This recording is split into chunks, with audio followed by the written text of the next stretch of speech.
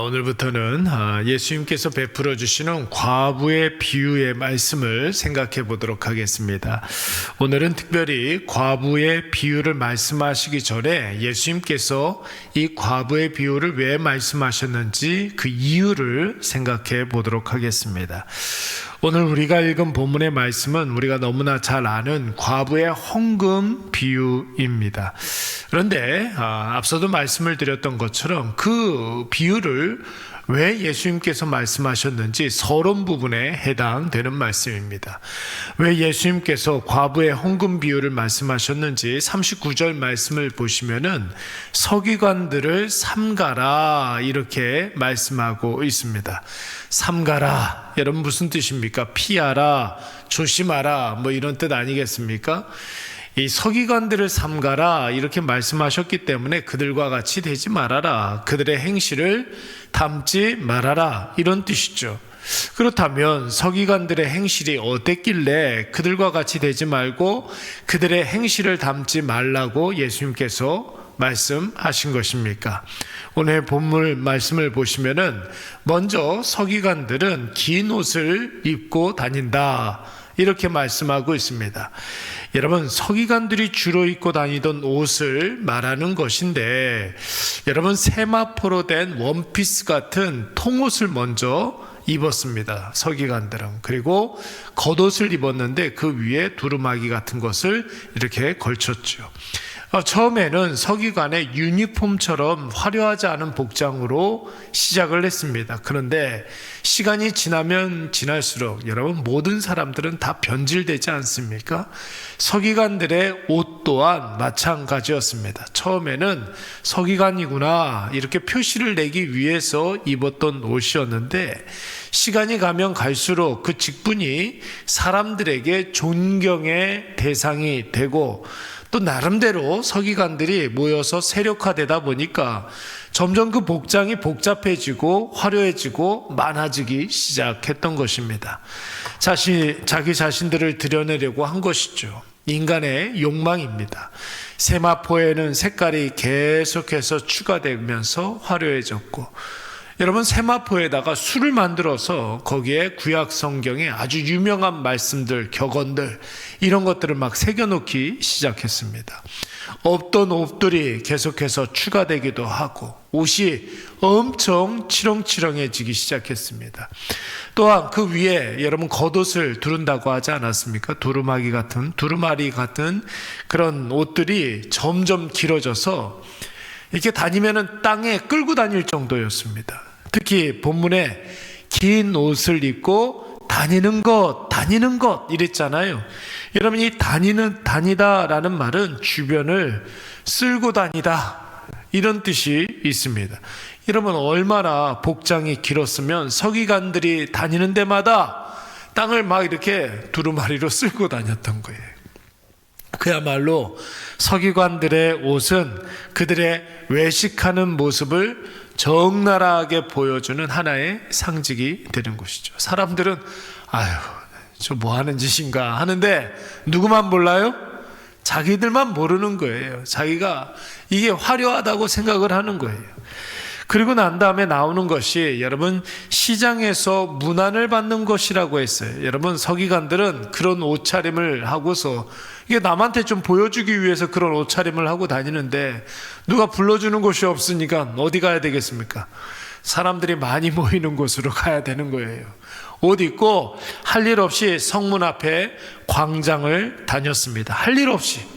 여러분 여기에서 말하는 성문 앞 광장이라는 것은 여러분 혹시 아고라라는 말 들어본 적이 있습니까? 사람들이 많이 모이는 장터를 여러분 아고라, 사람들이 많이 모이는 광장을 아고라라고 하는데 여러분 고대 사회는 뭐 동서고금 막론하고 우리나라나 중국이나 저기 서양이나 다 마찬가지예요. 여러분 사람들이 제일 많이 모이는 곳이 어디겠습니까? 성문을 많이 드나든단 말이죠. 그러니까 뭐 동서고금을 막론하고 성문 앞에는 언제나 광장이나 혹은 장터가 섰습니다. 항상 여러분 성문 앞에는 사람들이 많이 모이기 때문에 물건 파는 사람들이 있었고, 물건 파는 사람들이 한두 사람씩 이렇게 모여들다 보니까 자연스럽게 시장이 되는 것이죠. 시장이 생기니까 여러분 더 많은 사람들이 성문을 드나들지 않더라도 시장이 있으니까 더 많은 사람들이 모이기 시작했던 것입니다. 그래서 여러분 광장, 그러니까 아고라에서는 여러 가지 중요한 재판이 열리게도 되었고, 또 어떤 사람들은 사람들이 많이 모이니까 높은 데 이렇게 올라가서 자기가 하고 싶은 이야기를 막 큰 소리로 연설을 하는 거예요. 그때 당시에는 막 수사학 이런 것들이 굉장히 많이 유행을 했었던 때이기 때문에 자기의 말 잘함과 자기의 생각을 사람들 앞에서 막 이렇게 피력하기 시작했습니다. 그러니까 여러분 자기하고 생각이 다른 사람들이 있을 거 아닙니까? 그런 사람들이랑 토론이 벌어지기도 하고, 여러분 나라에서는 중요한 공지사항을 그 장터나 아고라의 광장에다가 걸어놓기도 하고, 또 심지어는 나라의 중대한 범죄를 저질렀던 사람들에 대한 형벌도, 만약에 퇴장이라든지 무슨 사형이라든지 이런 것들이 있으면 그런 곳에서 시행하기도 했습니다. 여러분 이런 성문앞 광장에 여러분 서기관에 이런 화려한 옷을 입고 나타난 사람들이 어슬렁어슬렁 거리면서 누군가가 이렇게 다닌다고 하면은 여러분 사람들이 다 쳐다볼 것 아닙니까? 또 서기관들이 율법학자라고 하지 않았습니까?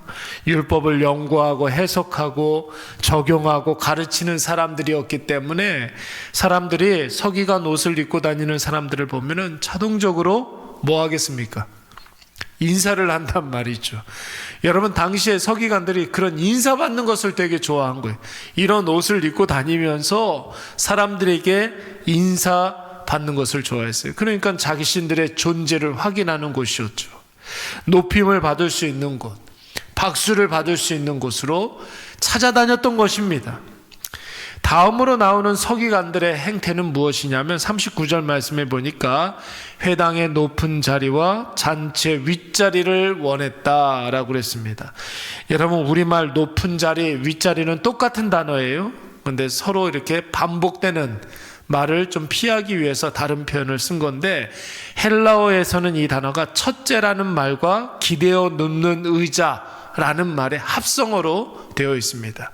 첫째 되는 자리에 이렇게 기대어 누울 수 있는 자리, 이런 뜻입니다. 그러니까 여러분 회의석상이나 잔치자리나 식사자리에 여러분 이렇게 고대 사회의 그림을 이렇게 보면 이렇게 비스듬하게 이렇게 누워 있는 사람들 있잖아요.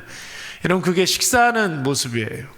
이게 여러분 고대 사회에서는 로마 혹은 유대 사회에서는 이렇게 옆으로 이렇게 누워가지고 밥을 먹었습니다. 그러면 엄마한테 등짝 한번 제대로 맞는데, 그렇죠? 누워서 뭐 먹어, 너 소될래 그러잖아요. 그렇잖아요. 여러분 그때 당시에 그게 문화였습니다. 여러분 그래서 기대어 누워 있는 사람들이 있다면 그 사람이 그 석상에서 가장 높은 사람이라는 뜻이에요. 그래서 여러분 잔치가 있거나 회의석상이나 심지어 회당에서 예배를 드릴 때에도 서기관, 제사장, 바리새인, 사두개인들 서로 자신들이 높은 자리에 앉으려고 여러분 아귀다툼을 벌였습니다. 여기서 말하는 다툼이라는 건 멱살 잡고 싸웠다라는 거예요. 여러분 한번 상상해 보십시오. 무슨 모임이 있을 때마다 종교 지도자들이 서로 상석에 앉으려고 옥신각신하고 있다면 여러분 무슨 모임이 되겠으며 무슨 잔치집 분위기가 나겠으며, 여러분 그게 예배라고 한다면 예배가 되겠습니까? 얼마나 볼썽사나운 모습이겠습니까? 여러분 오늘날 교회 시끄러운 교회들 있잖아요. 막 예배 드리기 전에 이파 저파 이렇게 나눠져서 막 이렇게 싸우고 막 용역 불러다가 막 이렇게 배치해 놓고 그런 교회 본 적 있습니까? 그래서 교회 지어놓고 3층에서는 뭐 원로 목사파, 2층에서는 담임 목사파 따로따로 예배 드리는 그런 교회들도 있고, 그런 꼴이에요 지금. 그런 모습을 지금 보여주고 있는 것입니다 오늘 성경에서. 그렇다면 여러분 오늘 예수님께서 서기관들의 모습을 삼가라 이렇게 말씀하신 이유가 분명해지죠. 긴 옷 입고 다니면서 사람들한테 인사받기를 좋아하고 상석에 올라가는 것, 스스로 높아지지 말라는 뜻입니다. 스스로 높아지지 말라. 여러분, 이런 말씀을 듣는 우리는 사실 높은 자리에 앉은 사람도 없고 권력이 있는 사람들도 없고 뭔가를 가진 사람도 없기 때문에 나하고는 별로 상관이 없는 말씀이다 이렇게 생각할 수 있겠지만, 여러분, 천만의 말씀이에요. 누구나 다 마찬가지예요. 사람은 우리도 스스로 높아지려고 할 때가 얼마나 많이 있습니까? 그러면서 남을 무시하고 나도 모르게 남을 폄훼하고 나도 모르게 남을 짓밟을 때가 있습니다. 남 잘 되는 꼴을 보지 못하고 시기하고 질투할 때도 있고, 상대방이 자존심 상하는 말이나 행동을 하면 밤에 잠을 이루지 못하고 분해한다거나, 내가 하던 일, 내가 누리던 것, 나의 밥그릇, 누군가가 조금이라도 건들려고 하면 나도 모르게 공격적으로 나가고 먼저 공격하고. 여러분, 이것은 권력자들에게나 있는 것이 아닙니다. 가만히 뒤돌아 나 스스로 생각해 보면 나에게도 충분히 일어날 수 있는 일입니다. 어제 어떤 무슨 방송을 보니까 어떤 사람이 그런 이야기 하더라고요. 어떤 특정한 누군가를 이야기하고 저 사람 옛날에 안 그랬다는 거예요. 저 사람은 옛날에 안 그랬는데 왜 저러는지 모르겠다고. 그런데 여러분, 저는 제 마음속에 그런 생각이 들었습니다. 그때도 그 사람이 맞는 거고 지금도 맞는 거예요.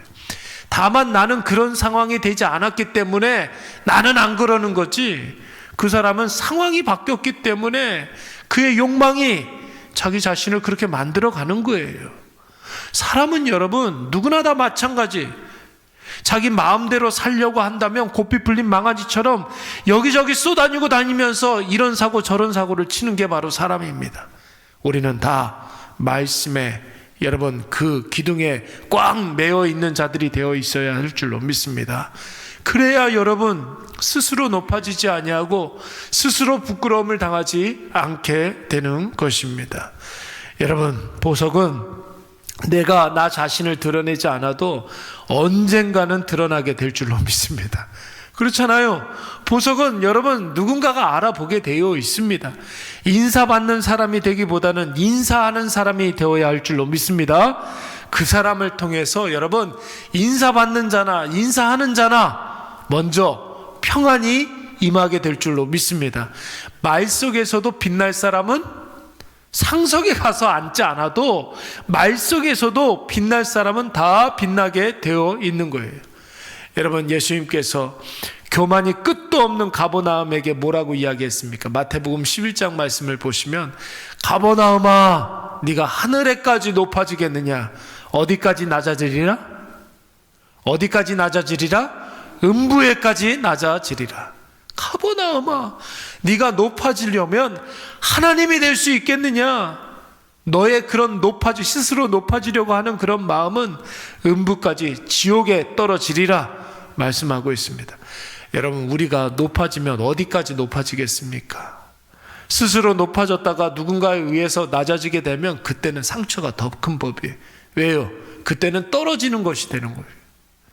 그러나 낮은 곳으로 가면 낮은 곳으로 오신 분 누구를 만납니까? 누구를 만나요? 여러분, 낮은 곳으로 오신 예수 그리스도를 만나게 될 줄로 믿습니다. 오늘 이것을 꼭 기억하셔서 낮고 낮은 곳으로 오신 예수 그리스도를 깊이 묵상하시고 주님 계신 그 자리가 가장 좋은 자리임을 기억하셔서 주님과 함께 하시는 저와 여러분이 되시기를 간절히 축원합니다.